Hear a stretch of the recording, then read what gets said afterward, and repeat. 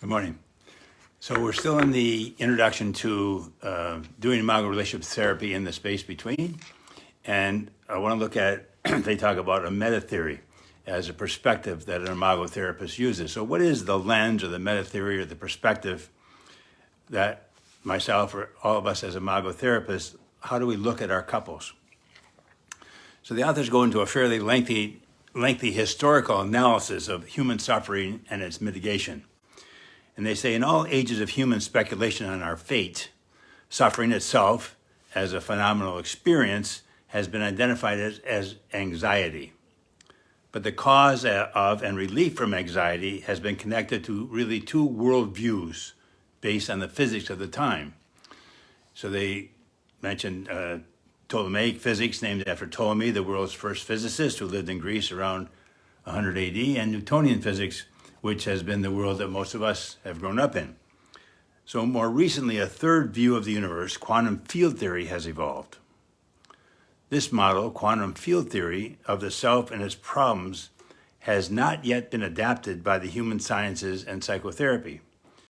We present it for consideration. So that's where they're going with this, is that to look at a relationship, for example, but life from the quantum field theory.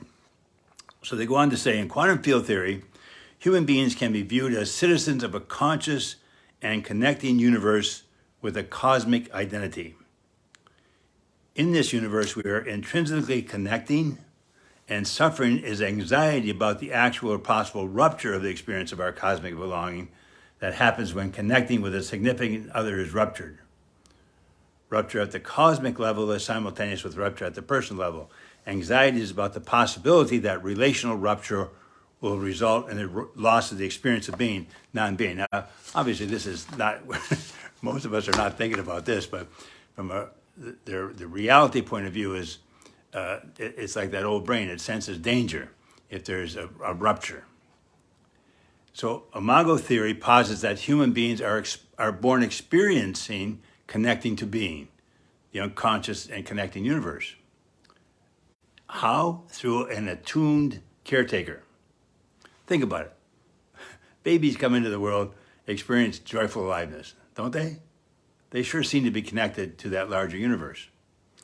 The problem arises because we as humans have not yet evolved to the point of sustaining that attuned connection to our children, our partner, or anybody else, really. So they conclude that every child who was ever born in all caretaker-infant relationships in all of human history has experienced a rupture with their caretaker that simultaneously ruptured the child's experience of connecting to the universe. Now, in adult life, they go on to say, we unconsciously try to regain the connection that was lost with our original caretakers and hence our connection with the cosmos, with the cosmic universe. The problem is we end up being attracted to someone similar to the one through whom that cosmic connection was ruptured in the first place, our original caretakers. It seems like a no-win situation. Now, isn't it true? In the romantic love stage of a relationship, there is a transient recovery of the experience of connecting and the sensation of joyful aliveness. That's what romantic love is all about, isn't it? You just feel you're back on track again. It is transient because, like the rupture in childhood, when their caretaker was not reliably available emotionally or physically or both, the romantic partner triggers this primal memory, and we find ourselves battling out with our partner in a power struggle. In a cruel paradox, our beloved has become our enemy. The dream has become a nightmare.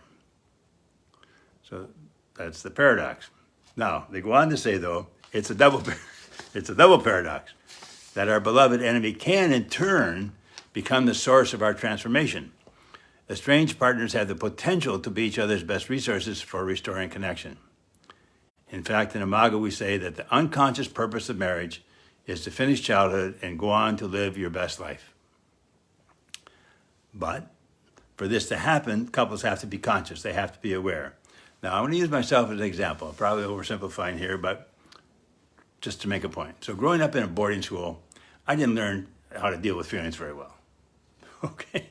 You step on it, you got smacked. Anyway, my wife, growing up with an alcoholic father, felt that her emotional or feeling needs weren't met very well either. Who did she marry?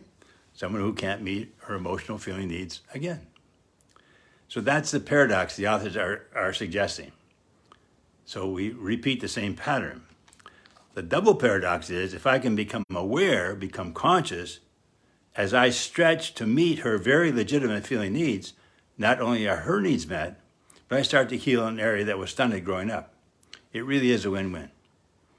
And that's what I see. But like I said, you have to be conscious.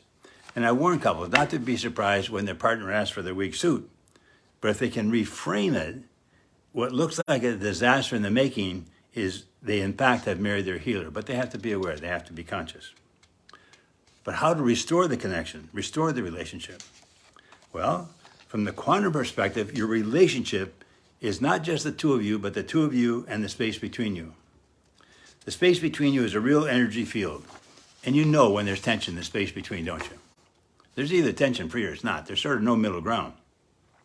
And from the quantum perspective, your little relationship is a microcosm of the vast macrocosm. You want to be connected. So they go on now.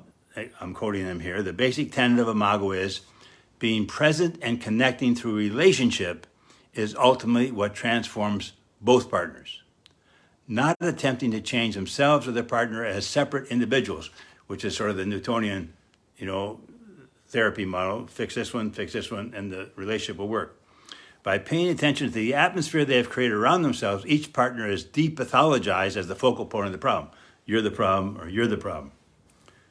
And the emphasis is placed on the attitudes and feelings that will allow them to experience safety so they can work together in ways that are collaborative, cooperative, co-creative, and appreciative rather than competitive and controlling.